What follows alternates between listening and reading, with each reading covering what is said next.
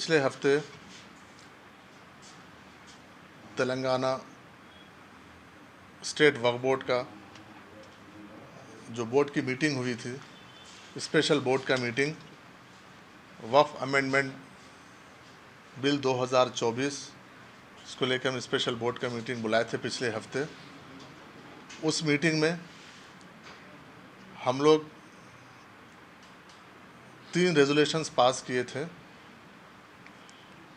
उसमें एक रेजोल्यूशन सबसे पहले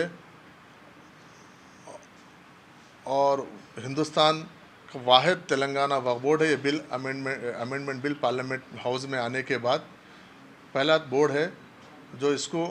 यूनानिमसली इसको रिजेक्ट करते हुए एक बिल पास किए थे हम। और उसके बाद उसमें 2 चीज़ें हम उसमें ऐड किए थे। एक कि हम पार्लियामेंट्री जॉइंट वर्किंग कमेटी को हम जो एक रिप्रेजेंट करेंगे तेलंगाना वक्फ बोर्ड की जानिब से, इसलिए हम उसके बाद हम उसी दिन जॉइंट वर्किंग कमेटी को हम एक मेल किए थे, हम ऐसा आपके पास आना चाह रहे हैं। और तीसरा ये था कि तमाम नॉन बीजेपी स्टेट्स के वक्फ बोर्ड के चेयरमैन और सीईओज़ को बुला के हम यहाँ पर एक कॉन्फ्रेंस करेंगे। तो रेजोल्यूशन पास होने के बाद हम गवर्नमेंट को भी रेजोल्यूशंस भेजे हैं, और जैसा आप लोग भी जानते हैं, आप मीडिया को भी उस चीज़ के इल्म है। तो हम जब जिस दिन हम रिक्वेस्ट भेजे थे कि हम जेपीसी में हम तेलंगाना आना चाह रहा है जॉइंट वर्किंग कमेटी में, तो हमको दूसरे दिन वहाँ से रिप्लाई आया कि तेलंगाना वक्फ बोर्ड को 6 तारीख के दिन 2:30 बजे का टाइम दिया गया जॉइंट वर्किंग कमेटी की जानिब से। तो उसी सिलसिले में हम बहुत सारे अहम शख्सियात से इस बिल के जो 40 अमेंडमेंट बिल है, इसमें जो इसके ऊपर हम बहुत सारे ब्यूरोक्रेट्स है जो अभी जो आईएएस है, ब्यूरोक्रेट्स है जो रिटायर आईएएस है, सीनियर्स है, और बहुत सारे वकला है, एडवोकेट्स है जो सीनियर एडवोकेट्स है, प्रैक्टिसिंग एडवोकेट्स है, सोशल ऑर्गेनाइजेशन से हम लोग बात किए, रिलीजियस ऑर्गेनाइजेशन से बात करके हम एक कंपेरेटिव हम एक फॉर्मेट तैयार किए जिसमें 1995 का एक्ट है और 2024 का जो अभी प्रपोज्ड बिल है वो रखते हुए हमारे उसमें सजेशंस पूरे सभी 40 उसके ऊपर हम सबको सर्कुलेट किए। उसके बाद हम जो 6 तारीख के दिन हम जो प्रेजेंट करने के लिए जो हमारे पास हम जो डॉक्यूमेंट हम जो रिप्रेजेंटेशन लेके जाएंगे, उसके वहाँ के दिन ये डिसाइड किए कि हम पीर के दिन एक इनफॉर्मल मीटिंग बोर्ड के मेंबर्स के साथ इनफॉर्मल मीटिंग हम रखेंगे, जिसके ऊपर हम डिस्कस करेंगे जो भी किसी के अगर कुछ सजेशंस है, इसमें कुछ कौन से सजेशंस है, कौन से हम इसमें रखना है, कौन सा निकालना है। उसके बाद फिर हम गवर्नमेंट से भी हम मशवरा किए, गवर्नमेंट से भी हम जाने की इजाज़त लिए, गवर्नमेंट भी इजाज़त दी। और उसके बाद फिर हम गवर्नमेंट का भी ये सजेशन था कि आप इनफॉर्मल मीटिंग आप मेंबर्स के साथ बैठिए। उसके बाद कुछ चेयरमैन जो हुकूमत में जो माइनॉरिटी वेलफेयर डिपार्टमेंट से रिलेटेड चेयरमैन्स हैं और दूसरे भी मुस्लिम चेयरमैन्स हैं, उन लोगों को भी बुलाइए, उनको भी सबको। और इसके लिए आज की मीटिंग में हम एक इनफॉर्मल मीटिंग सुबह में हम 10:30 बजे से हमारी 12 बजे तक हमारे बोर्ड के मेंबर्स की इनफॉर्मल मीटिंग थी, जिसमें बोर्ड के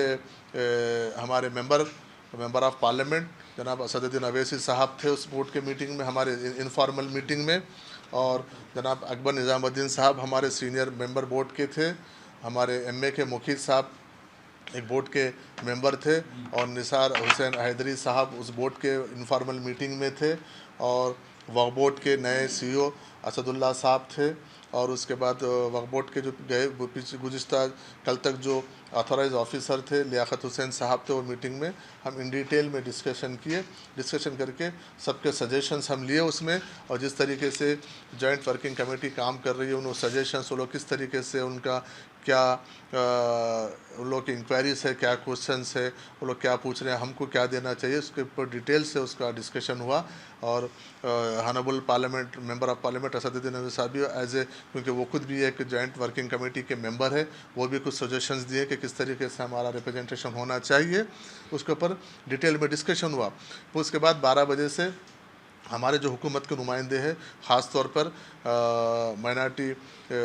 गवर्नमेंट के माइनॉरिटी अफेयर्स के एडवाइज़र जनाब शब्बीर अली साहब आए थे। उसके उनके साथ साथ माइनॉरिटी वेलफेयर के स्पेशल सेक्रेटरी जनाब तफसीर इकबाल साहब आए थे, और टेम्ब्रिज के वाइस चेयरमैन और प्रेसिडेंट जनाब फ़हीम कुरैशी साहब आए थे, और माइनॉरिटी फाइनेंस कॉरपोरेशन के चेयरमैन उबैदुल्लाह कोतवाल साहब आए थे। उर्दू अकेडमी के चेयरमैन जनाब ताहिर बिन हमदान साहब मौजूद थे। उनके साथ साथ फूड कॉरपोरेशन तेलंगाना गवर्नमेंट के फूड कॉरपोरेशन के चेयरमैन जनाब मोहम्मद फ़हीम साहब आए थे, और लाइब्रेरी स्टेट लाइब्रेरी के चेयरमैन जनाब प्रोफेसर रियाज साहब आए थे। इन लोग के सामने भी जो हमारे मेंबर्स में जो डिस्कशन हुआ, जो डॉक्यूमेंट्स थे, उनको भी हम सर्कुलेट करके उनके साथ भी हम इन डिटेल में डिस्कस किए, और उनके तजावीज़ों को भी जो वहाँ पर दे सकते थे लिए। कल हम उनको सॉफ्ट कॉपी भेजना है, तो आज उनसे भी कुछ, अगर शाम तक आपके पास भी कुछ सुझाव हो तो आप दीजिए, रिटर्न में दीजिए। ज़रूरी नहीं है कि 40 के 40 अमेंडमेंट के ऊपर आपको जो समझ में आया सुझाव दीजिए। हम इनको सबको इनकॉर्पोरेट करके एक हम रिप्रेजेंटेशन अच्छा तेलंगाना की वक्फ बोर्ड की जानिब से हुकूमत जो जॉइंट पार्लियामेंट वर्किंग कमेटी है उसको हम 6 तारीख के दिन प्रेजेंट करेंगे, क्योंकि 6 तारीख के लिए 7 मेंबर्स का हमको परमिशन मिला है। 7 मेंबर्स के लिए हम मैक्सिमम आप 5 से 7 मेंबर आ सकते हैं करके हम उनको रिक्वेस्ट किए कि मेंबर्स को आप थोड़ा सा बढ़ाइए, तो वो बोले कि नहीं, हम 5 से 7 मेंबर से ज़्यादा हम नहीं है। तो इसलिए हम तेलंगाना की जानिब से इंशाल्लाह हम 7 मेंबर्स, बोर्ड के जानिब से 7 मेंबर्स वहाँ पर 6 तारीख के दिन 2:30 बजे हमारा टाइम है। उसमें जाके वक्फ बोर्ड को बचाने के लिए, जिस तरीके से वक्फ बोर्ड को ख़त्म करने के लिए, वक्फ बोर्ड की सैंक्टिटी को ख़त्म करने की, मंशा वफ़ को ख़त्म करने की जो कोशिश की जा रही है, उससे ताल्लुक़ से एक स्ट्रॉन्ग एक रिप्रेजेंटेशन तेलंगाना वक्फ बोर्ड की जानिब से हम जॉइंट वर्किंग कमेटी में देंगे, जो आज वही आज हमारे बीच यहाँ पे डिस्कशन हुआ। के बाद हम जब वो जॉइंट पार्लियामेंट्री कमेटी में जब हम प्रेजेंट करेंगे, उसके बाद फिर आगे क्या क्या स्ट्रैटेजी होगा फिर तय करेंगे। जो उसका भी होगा, या जल्द से आम होगा, या फिर आपका दूसरे चेयरमैन स्टेट्स के चेयरमैन और सीईओस को तेलंगाना को मिला के 10 नॉन बीजेपी स्टेट्स है, उसमें चेयरमैन्स और सीईओस वगैरह जहाँ पर चेयरमैन्स नहीं हैं वहाँ पर क्या करना है, उसके अपन तफसील से बात करके हम 6 तारीख के बाद उसका प्लान करेंगे। फिल वक्त तो 6 तारीख की तैयारी में 6 तारीख एक डॉक्यूमेंटेशन, क्योंकि वो स्ट्रॉन्ग हमारा एक सजेशंस और हमारा ओवरव्यू, हमारा व्यू उनके गवर्नमेंट के वो कमेटी के सामने हम रखने की कोशिश कर रहे हैं।